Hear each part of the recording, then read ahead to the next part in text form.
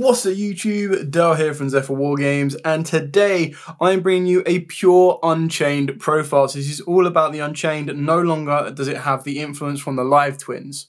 So with all of that out of the way, please smash that like button, hit that notification bell and subscribe. If you get the video above 50 likes in the first 24 hours, I will bring you a separate full-on combo video guide for the deck as well.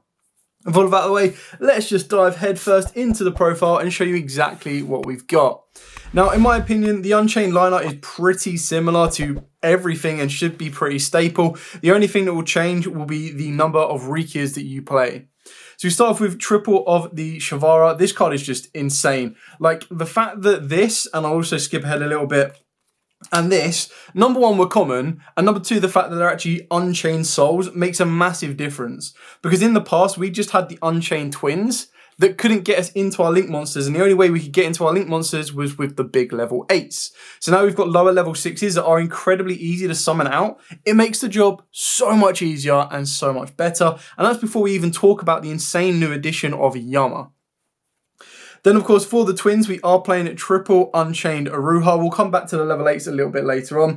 Aruha is probably your best twin, in my opinion. Yes, Sarama is actually really quite good itself, but what Aruha does is it gives you the ability to summon out a twin without even needing to conduct your normal summon. And if you have the ability to destroy one of your spells or traps, mainly your Unchained spells and traps, you'll gain additional advantage from it as well. So that's why this is the most important one, in my opinion. And again, I'm shocked that these are just rares. Yes, I know it also came as a Starlight, but I really do feel that the Unchained could do with a nice little upgrade sometime down the line. Then for me, I am playing 2 Rakia. Now, there's a reason I'm only playing 2 Rakia and not 3, and there is also a reason I'm only playing 2 Sarama and not 3. So throughout the normal combo, which is basically like the level 6 Shavara plus any of your spells and traps, ideally you want it to be your Unchained, Escape the Unchained, because you can loop this back and it gives you the most advantage when you're going around. You search out your Sarama and Sarama becomes your normal summon. So what I also play in the main deck is a bit of a preview, is I am also playing a main deck of Lava Golem, just because the deck doesn't have to rely on its normal summon. Like if I'm going second and I draw 6 cards, one of them cards can be one of the trap cards or the Abomination Prison, the other one can then be a Ruha, and the third one can then be Lava Golem. So that means I'm guaranteed to play through whatever monster board my opponent has set up, give or take. Now, obviously, depending on your local environment, you might chain the Lava Golem up a little bit. What I've tried to get with this deck is the balance of going first and second. It does require such a small investment to build up a very strong go first board that you don't mind taking the risk of playing some of the go second cards in the main. And as I try to approach all of my deck profiles, I always try to approach it with there is no guarantee you're going to be able to go first. So unless I'm specifically building the deck to go second, which 90% of the time, no matter the outcome of the dice roll, you're probably going to get the result you want, rather than trying to build a deck to always focus on going first, and then you're kind of reducing the probability to probably a 50-50, because at the end of the day, you roll the dice, you've got a very high chance your opponent's going to want to go first more than you. So you do need to have that ability, the ability of having a balance. Yes, you do have the space to play a lot of hand traps, but then you're relying on your opponent to have a weaker hand than you, and that the multiple hand traps you drop, or maybe the single hand trap you drop, is going to stop them playing, whereas you're a lot more successful in being able to break a board with one powerful card than you are trying to stop a board with 2 hand traps. So then for the Unchained Souls, or the level 8s in this one, we do have, of course, the 1 Abominable Unchained and the Unchained Soul of Disaster.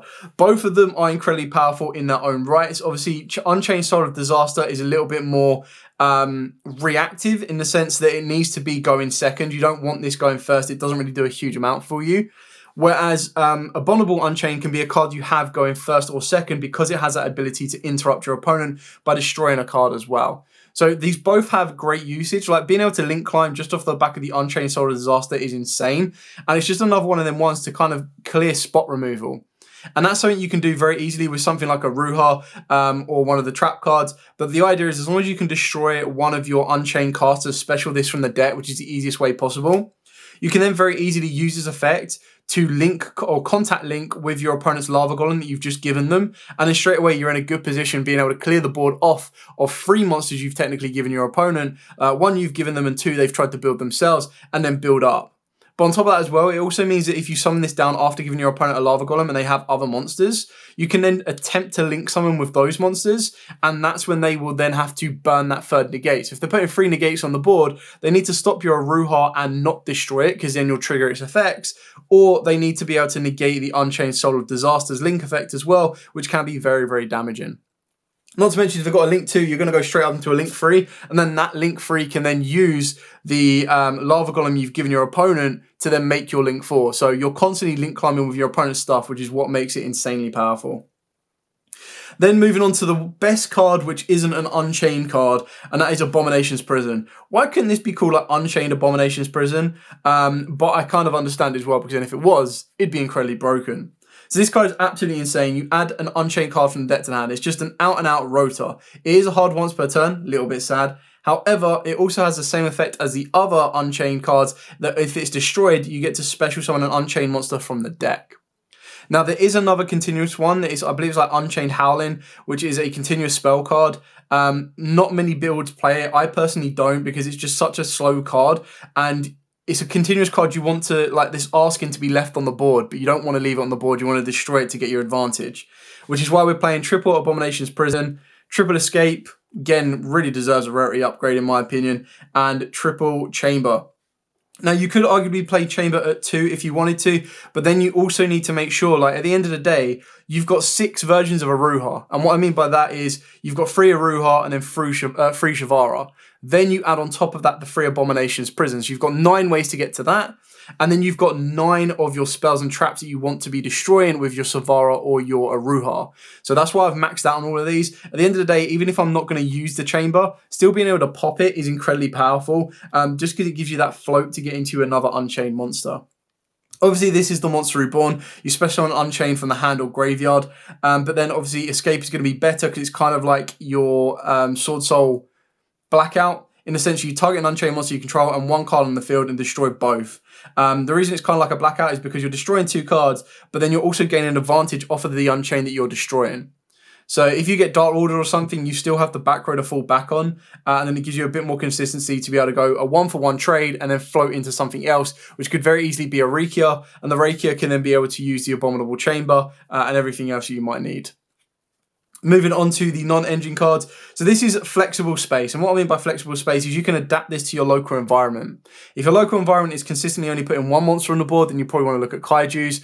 If your local environment loses to Draw on Lockbird and there's constantly the ability of every matchup, or majority of the matchups will lose to a Draw on Lockbird, then you can main Draw on Lockbird. I've kind of gone with a bit of a balance. So I've got Board Breaker in the form of Lava Golem. I've got the generic Ash Blossom and Ghost Spell, followed up by 2 Nibiru. And the reason that a main deck Nibiru can actually be very damaging is a lot of players don't expect it going first. A lot of players feel that Nibiru is going to come in the side deck, so they'll get a little bit greedy going first and they'll build an entire board, and then you can just go, okay, cool, rock, smashy face. And that's exactly what you can do. Now, obviously, if they get used to Nibiru, you can take the gamble of taking it out game 2 and 3 if you really, really want to. But like I've said, I've tried to kind of balance the hand traps, which is why I've gone 2 2s and 2s rather than anything else. If you wanted to, you could put Lava Golems up to 3, but then I think you're playing a bit of a risky game there. You could look at Kurikaras if you wanted to, but the idea is that you want to be able to play hand traps that are going to be effective turn 0 while also being able to break a board.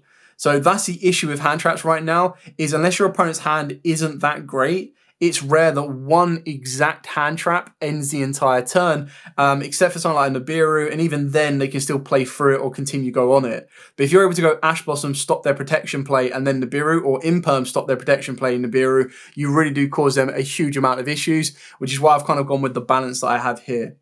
You can very easy take out the Ghost Spells and go over a 3 and 3. You could even take out one of these and go for a 3 and 3. It's entirely up to you. So this is just a very easy 11 card kind of flex spot as you see fit. So take it with a pinch of salt, update it to your environment and what you have access to. Then, of course, the other generic cards, we are playing Trill Pot of Prosperity. This is just like the best draw card for the deck. Yes, you can OTK with this deck if you want to, but at the end of the day, there are times when your opponent will be like, it's only Prosperity, like, I'll just negate whatever they add. And if you reveal a Lava Golem off the back of this, they know they're in big trouble. I'm also playing 2 Thrust because, again, this is one of them decks that if you're going second, this can get you into stuff like Triple Tactics Talents to steal one of your opponent's cards, bait out negate, draw more cards if you need to. But going first, it can also get you into your Chamber of the Unchained and everything else. Now, keep in mind as well that if your opponent does not control a monster, you have to set that card directly from the deck. But if they control the monster, you get to add it to your hand instead.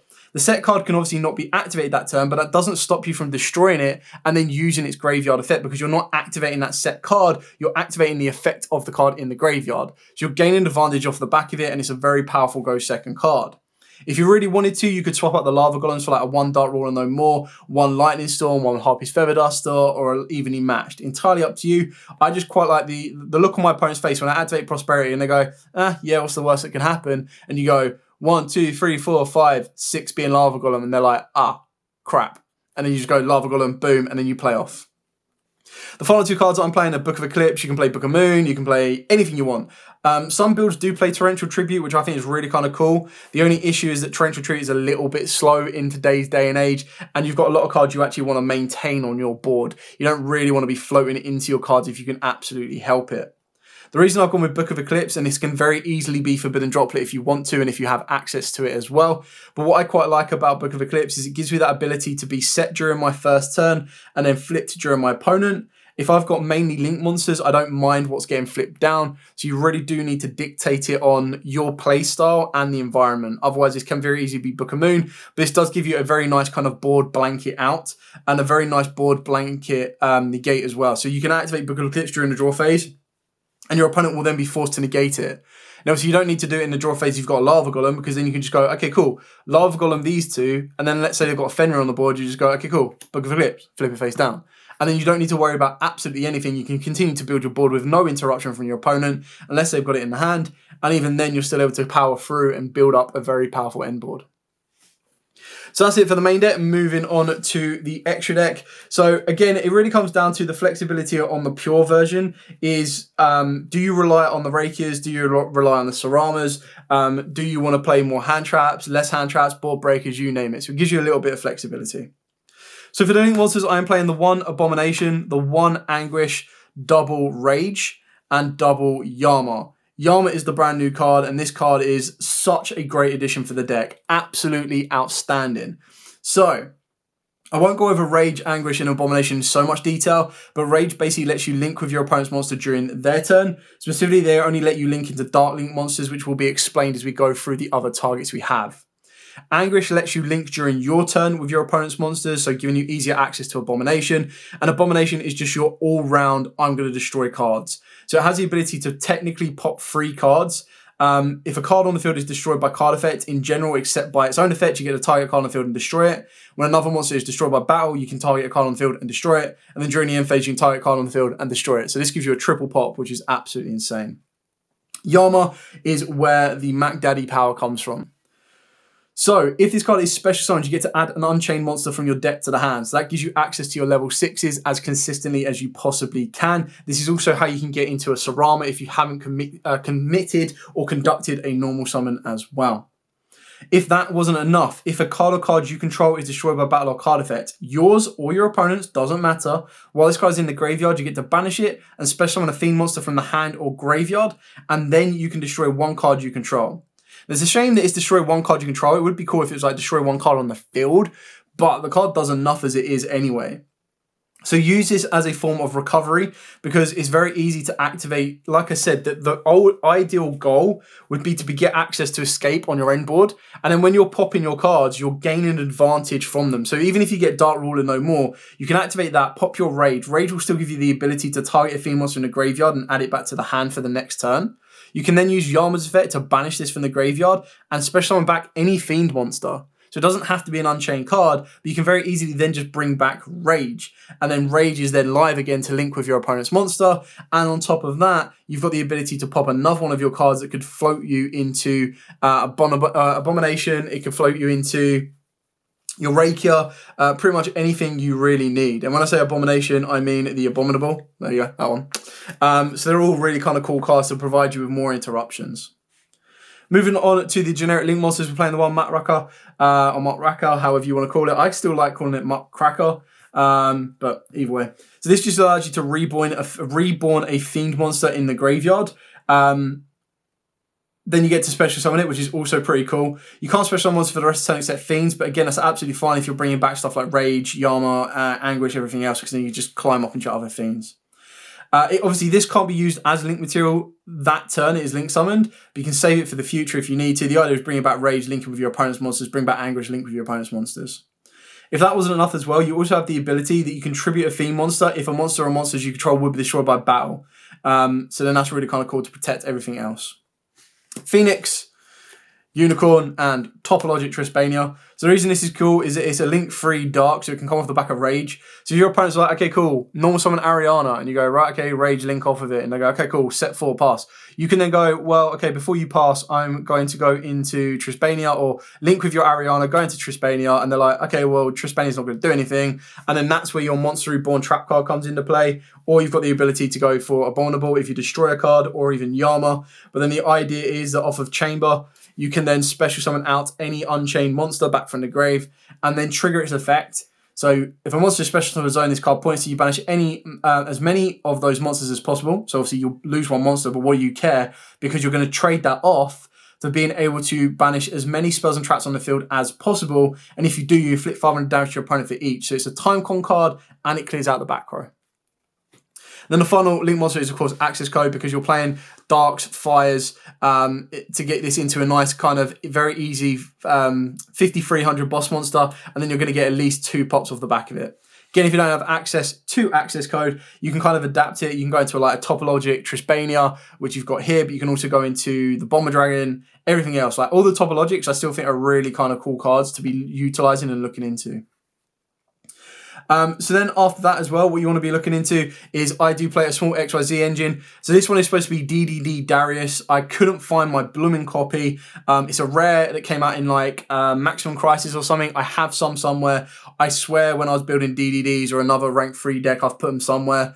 I think it might have actually be with my Phantom Knights, to be honest. Either way, the idea is that you, with your rank 3, you can then get into a Divisor King, which will have the ability to absorb 2 cards. So it means you can use this effect I believe 3 times, because you actually have 3 materials. So you would detach 2, steal 1, and that would then leave it with 2 materials, and you get to activate, detach 2, steal 1 more. So it gets to activate its effect twice, and it's a 3k boss monster that can then be later on ranked up into a Zeus. And the reason these are cool is because they're fiends, so even if you fiend lock yourself, you don't really worry. The High King Caesar is basically a solemn warning on legs that can be made very easily with the 2 Savara, with 1 Savara and 1 of your Sayama. Ugh. God, there's so many Sayanama. But you can very easily make these. Like your end board, typically you want your end board at the very least to be Rage plus Caesar plus a Yama Engrave for fallback, and then you also want to have an escape, and that all comes off like the back of like 2 cards, give or take, which is really kind of cool. So that is it for the profile. I will try and dig out a Darius. I've been looking and looking and looking. I just can't figure out if it's in my bulk or if it's just J chilling in a binder somewhere, which is quite annoying, but it is what it is. Anyway, I hope you found this informative. I hope you do enjoy the Unchained deck, because I already do like its strategy. And I tell you, like, the best thing about it, if you just get the new cards, or mainly just get Yama, everything else, like Abomination just got a reprint in the most recent OTS pack. I do expect some of the Unchained cards to be reprinted in the future, but what makes it so good is the whole deck, apart from Abomination Prison, is all like commons and rares. And then some of your cards in the extra deck. So Anguish isn't that much. Rage has only had 2 prints, so that's a little bit more expensive. Abomination is a little bit cheaper now as well. So you've got place to kind of look around for if you're looking to build this deck. I really do enjoy it. I think it's very powerful. I think it has a nice balance of control and aggression, and then it has that space in the deck, which a lot of decks really want, to play whatever hand traps you want. There's no restriction on the hand traps you play, because you can still gain advantage off of the back of pretty much all of them in the game. Like if you really, really, really wanted to, you could even play Phantasma in the deck. Not saying you would, but it's just one of them cool cards that stops stuff or allows you to give you protection between targeted effects, which can be nearly invaluable as well. But that's what my example is saying. It can play any hand trap you want, depending on your playstyle and environment as well. But for now, thank you so much for watching. Like I said at the start of the video, if you do get this video above 50 likes in the first 24 hours, I will bring you a full-on combo tutorial video, so you can see all the different intricate combos that this deck can produce on its lonesome. So with all of that out of the way, please, as absolutely always, stay safe and of course, happy dueling.